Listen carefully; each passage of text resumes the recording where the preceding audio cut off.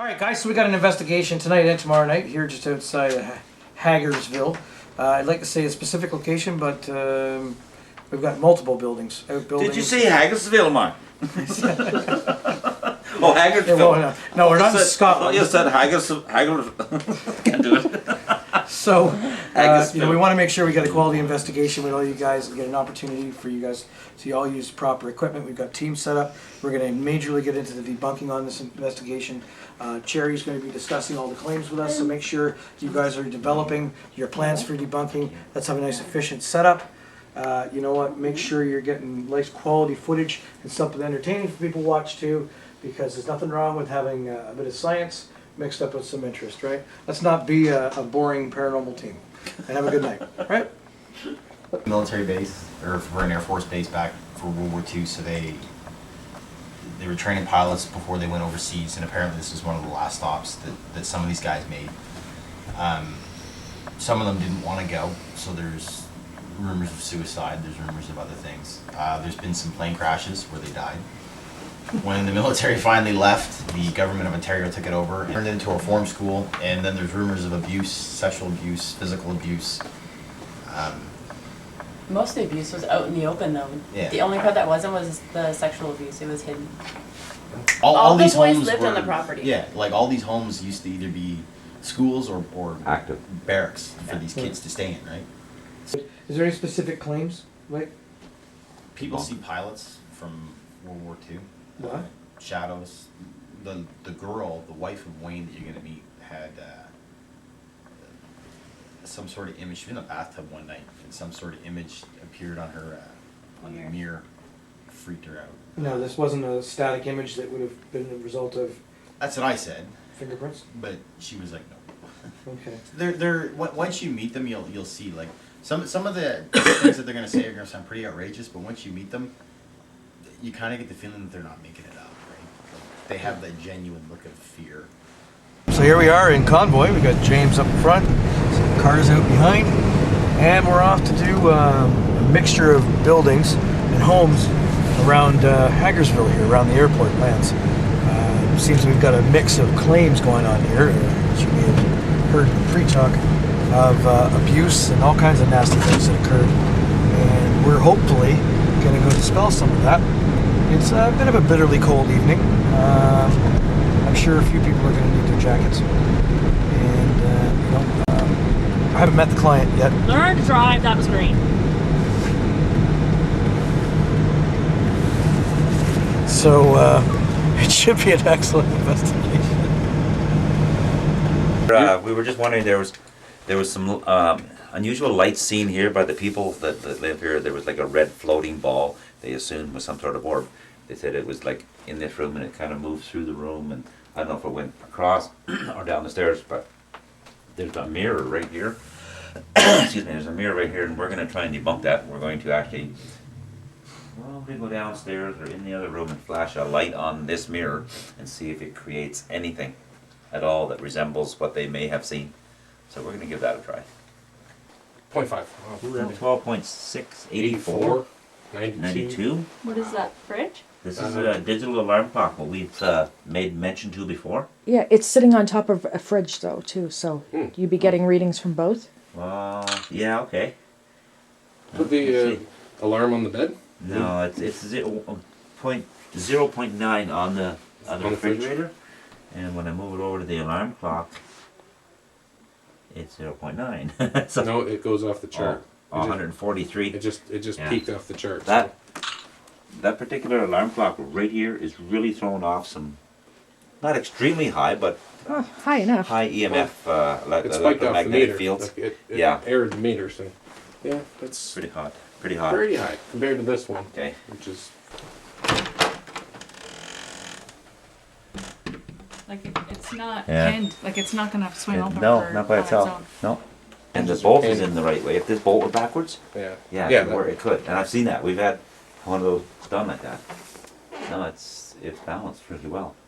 So now we're down here, I would have to ask you, what is it that took you from us? What is it that took you from the world? Were you sick?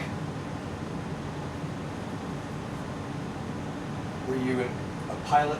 Or or in the Air Force that was destined to die? Did you die in combat?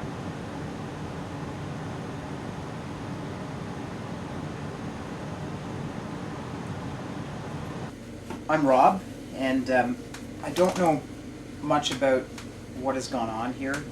I understand that maybe you're a pilot. What was that noise? Did someone just whisper? I did. Oh, you did? I was Okay. saying the pilot like you. Oh, okay, no worries. Sorry. I'm a pilot as well, so I can maybe somewhat relate to what you were doing many years ago. You know, if you're with us here now, why don't you get comfortable and come sit on the couch with any one of us? You might want to sit down with Shan. She's a woman. Notice that. Or with me, or Rob. He's kind of a half woman. More likes than anyway. So, and talk to us. You know, be comfortable. As you can tell, we're not exactly the most intimidating lot of people. We're, you know, a bunch of people just really interested in talking to the other side.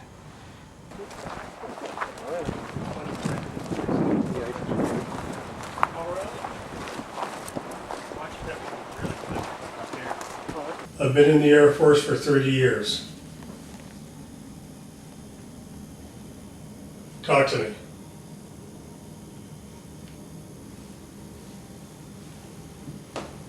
I've done the same job that you have for 30 years.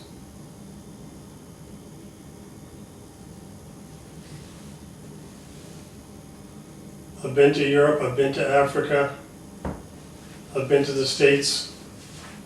I've been 5/8 of the way around the world with the military. I went gladly. Why didn't you want to go to Europe?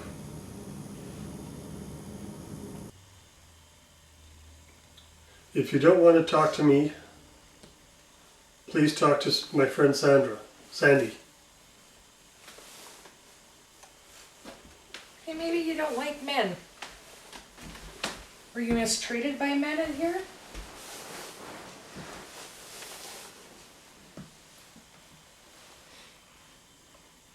How old are you? I've got kids of my own. Maybe I have kids your age.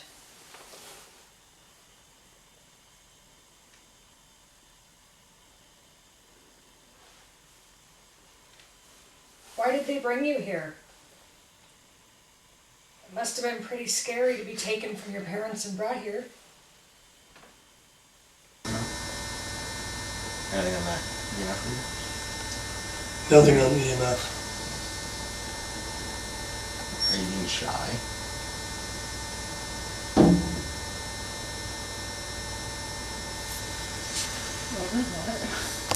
Something outside, huh? Is there a door on that china cabinet? Yeah. Mm-hmm. That's what it sounded like over here. Well, we just had like a bang. It might have been a china cabinet. I don't really know what the noise was. So, why don't we do something like that again? Or, is there something in the china cabinet you like? All right, so again, like what's going to happen, of course, we're going to go do individual rooms. When you're done those individual rooms, we'll radio in, make sure we're not cross-contaminating each other. We know where everybody is. Also on the audio, we'll be able to track where other people are. You know, there'll be a lot of noises to tag in this place. So when we're done, we'll all come back and collect into this wonderful little warm room. As you know, for the viewers, we're going to see that this place is really cold. It's at minus 17 degrees outside. If at any point in time anybody on your team is getting to the point where they're getting bone chilled, we don't want to have any hypothermia set in. We don't want that stuff to get down here. All right, don't, and that's the responsibility of a lead to make sure he's checking on that. So make sure you're always asking your team how they are. Of course, they're going to be cold, right?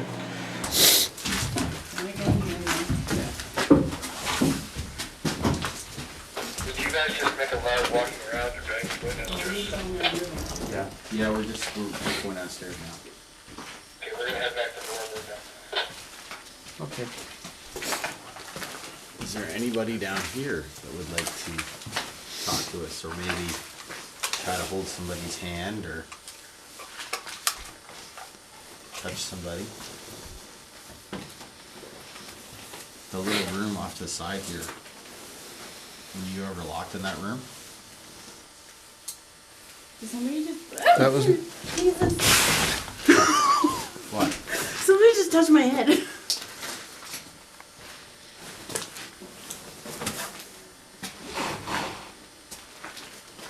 I can't see you.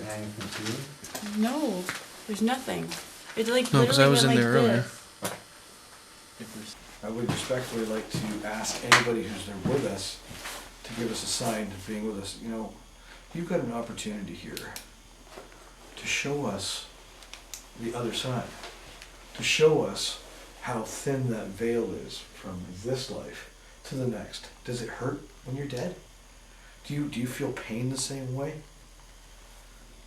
You know, now that you've passed on, is your spirit split?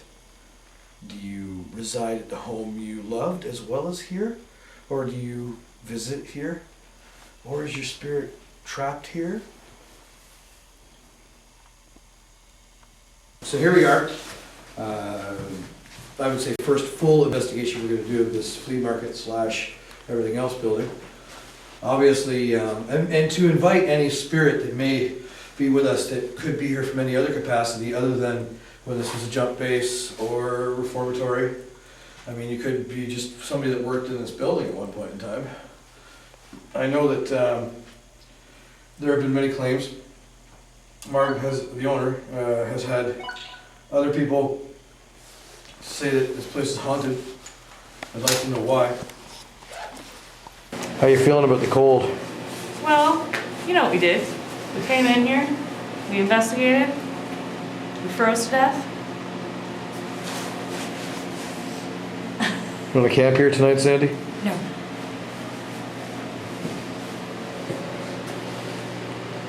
Oh, Farley Mowat over here. Getting ready. Our distinguished guest, John. That's tight. All right, so we're nearing like the tail end of the investigation right now. We're up here in this ante room that we were the other night. Really cool.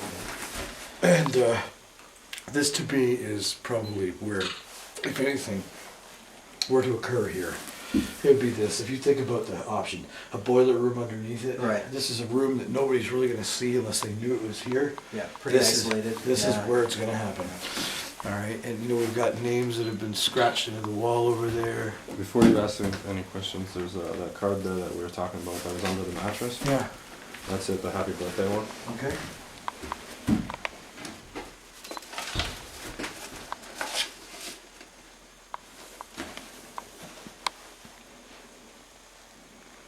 All my love, me. So basically, it's like somebody wrote a birthday card to themselves. Yeah. James said that he had the handwriting analyzed and stuff. Wow. That's pretty sad. I mean, like, not sad like I mean like how terrible somebody would have to write themselves a birthday card. Where is that, Dave? Right here. Sorry, Dan. Okay, so anyway, we had a kind of good night here. It was really, really cold night. We were back in the warming up room, which is like 6 degrees. It's not really what I call warm, as you can see. You know, people are thawing in their feet and their hands. This is the one team. There's another team still in action out there right now. And we had other investigations going on this evening too. Very, very, very busy night for Chaps. Very productive weekend for Chaps. You know, we've got all kinds of audio hits so far, a review of evidence. So we're really hoping to come up with something really interesting. So for my team particularly, and I want to thank my guests very much. John's been an excellent guest this weekend, and you know, got involved with the investigation itself. And the rest of our brothers to get together from all 3 offices was a fantastic opportunity. So I guess we'll see what happens in the end.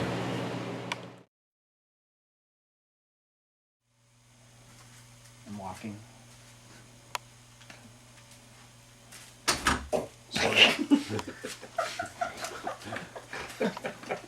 Sorry. Got that on video. Is it bad that I watched you walk?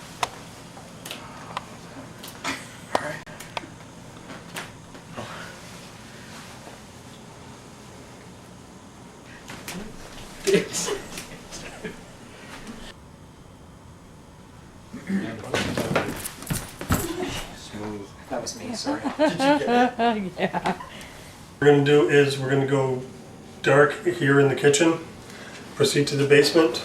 The upstairs doors are locked. James is coming apart.